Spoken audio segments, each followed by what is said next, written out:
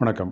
2026ல் ஒரு பையர் ஒரு எக்ஸ்போர்ட்டர்ட்ட என்ன எதிர்பார்க்குறாரு அப்படின்றத இந்த வீடியோவில் பார்ப்போம். முன்னாடிலாம் பார்த்தீங்க அப்படின்னா, விலை அப்படின்றது தான் ஒரு முக்கியமான ஃபேக்டராக இருந்தது. விலை கம்மியாக கொடுத்தா கண்டிப்பாக ஆர்டர் கிடச்சிரும்.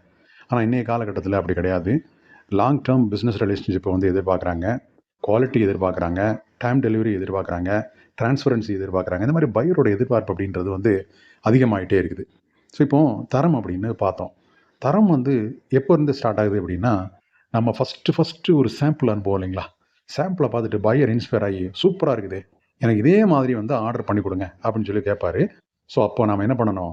ஆர்டர் வந்து எப்படி சாம்பிள் குவாலிட்டி மெயின்டைன் பண்ணணுமோ, அதே மாதிரி குவாலிட்டி மெயின்டைன் பண்ணி ஆர்டர் வந்து நம்ம பண்ணணும். அது மட்டும் இல்லாமல், அதுக்கு அடுத்து பையர் கொடுக்கக்கூடிய ஒவ்வொரு ஆர்டரையும் அதே மாதிரி நாம பண்ணோம் அப்படின்னா, டெஃபினட்டாக நமக்கு கண்டினியூஸாக ஆர்டர் கிடச்சிட்டே இருக்கும். இது போக இன்னைக்கு தரம் அப்படின்றது பொருள் தாண்டி பேக்கிங்கில், லேபிளிங்கில் இதிலலாம் வந்து ரிஃப்ளெக்ட் ஆகுது. ஸோ நம்ம அதையும் வந்து ரொம்ப கவனமாக பார்க்கணும். இது போக இன்னைக்கு நிறைய சர்வதேச தரச் சான்றிதழ்கள்லாம் வந்திருக்குது. நிறைய சர்டிஃபிகேஷன்ஸ்லாம் வந்து வந்துருச்சு. நான் எக்ஸ்போர்ட்டுக்குள்ளே வரும்போது இந்த மாதிரி சர்டிஃபிகேஷன்ஸ்லாம் கிடையாது. ஆனால் இன்றைக்கி நிறைய வந்துருச்சு. ஒவ்வொரு பொருளுக்கும் தனித்தனியாக சர்டிஃபிகேட்ஸ் அப்படின்றது வந்துருச்சு. ஸோ நீங்கள் ஸ்க்ரீனில் பார்க்கலாம். சில எக்ஸாம்பிள்ஸ் கொடுத்துருக்கேன். ஸோ இது வந்து நீங்கள் பண்ணக்கூடிய பொருளுக்கு ஏற்ற மாதிரியான ஒரு சர்டிஃபிகேஷன் இருந்ததுன்னா அதை எடுத்துக்கிறது அப்படின்றது உங்களுக்கு ஒரு ஆடட் அட்வான்டேஜாக இருக்கும். அதுபோக இன்றைக்கி யூரோப்பில் பார்த்தீங்க அப்படின்னா, அந்த டீஃபாரஸ்ட்ரேஷன் ரெகுலேஷன் சொல்லி கேள்விப்பட்டிருப்பீங்க. நம்மளே 2, 3 வீடியோஸ்லாம் போட்டிருக்கோம். ஸோ அதெல்லாம் அமலுக்கு வரும்போது பார்த்தீங்க அப்படின்னா, ஒரு அக்ரிகல்ச்சர் ப்ராடக்ட்டு எந்த ஊரில் விளையுது அப்படின்றத முதற்கொண்டு நாம் டாக்குமெண்ட் பண்ணணும். நம்ம வந்து காடை அழித்து அதை வந்து பயிரிடலை அப்படின்றத வந்து நிரூபிக்கிறதுக்காக. ஸோ அதிலிருந்து நாம் கடைசியில் பையர்கிட்ட கொண்டு போய் சேர்க்குற வரைக்குமே வந்து எல்லாமே வந்து வெளிப்படைத்தன்மையோடு இருக்கணும் அப்படின்னு பையர்ஸ்லாம் வந்து எதிர்பார்க்குறாங்க.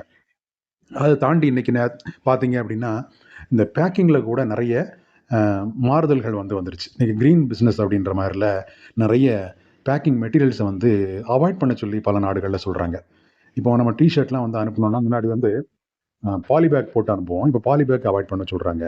ஜஸ்ட் ஒரு ஹேங்கர் பேக் பண்ணுங்க அப்படின்னு சொல்லி சொல்கிறாங்க. அப்படியே ஹேங்கரில் டிஷர்ட்டை தொங்க விட்டு அப்படியே கண்டெய்னர் க்ளோஸ் பண்ணி அனுப்புங்க. கண்டெய்னரில் ஃபுல்லாக அந்த ராட் வச்சு அதில் வரிசையாக ஹேங்கரில் தொங்க விடுங்க அப்படின்றாங்க. சில நாடுகளில் வந்து வைக்கோல் வந்து அனுமதிக்கப்படுறதில்ல. சில நாடுகளில் தெர்மோகோல் அனுமதிக்கப்படுறதில்ல. ஸோ இதையெல்லாம் நாம் ரொம்ப கவனமாக பார்க்கணும். ஏன்னா இதெல்லாம் சேர்த்து நம்ம எக்ஸ்போர்ட் பண்ணுவோம். அதை அழிக்கக்கூடிய பொறுப்பு அவங்களுக்கு தான் இருக்குது. ஸோ அவங்க நாட்டில் தேவையில்லாமல் இந்த மாதிரி தேவையில்லாத பொருளாக வந்து அங்கே டம்ப் ஆகுது அப்படின்ட்டு இதெல்லாம் அவங்க வந்து அவாய்ட் பண்ண பார்க்குறாங்க. இது போக இந்த கார்பன் வெளியேற்றம் வந்து ரொம்ப குறைவாக இருக்கணும் நம்ம ப்ரொடக்ஷனில் அப்படின்ற மாதிரி நிறைய ப்ரொசீஜர்ஸ்லாம் வர ஆரம்பிக்குது. ஸோ இது எல்லாம் நாம் ஃபாலோ பண்ண வேண்டிய காலகட்டத்தில் இருக்கோம். இப்போ நாம் ஒரு ப்ராடக்ட் வந்து எக்ஸ்போர்ட் பண்ணுறோம். பையர் பார்த்துட்டு ஓகேன்னு சொல்லிட்டு பணம் அனுப்பிச்சிடுறாரு. அதுக்கப்புறம் நமக்கு வந்து பையர்ட்டேருந்து அந்த பொருள் சம்மந்தமாக ஏதாவது ஒரு கொரி வந்தது அப்படின்னா, ஏதோ ஒரு ரிமார்க் வந்தது அப்படின்னா, அதுக்கு பொறுப்பாக நாம் பதில் சொல்லணும் அப்படின்னு இன்றைக்கி பையர்ஸ் எதிர்பார்க்குறாங்க. பொருளை அனுப்பிச்சிட்டோம், பணம் வந்துடுச்சு, அதுக்கடுத்து அது அவர் என்ன எக்கடு கெட்டு போனால் நமக்கு என்ன அப்படின்லாம் இன்றைய காலகட்டத்தில் இருக்க முடியாது. 2வது இன்றைக்கி வந்து டைம் டெலிவரி ஷிப்மெண்ட் அப்படின்றது வந்து ரொம்ப ரொம்ப முக்கியம். இந்த ஷிப்மெண்ட் டேட்டை 100% நாம் ஹானர் பண்ணணும். அப்படி இல்லை அப்படின்னா அடுத்த ஆர்டர் நமக்கு கிடைக்கிறது சந்தேகம் தான்.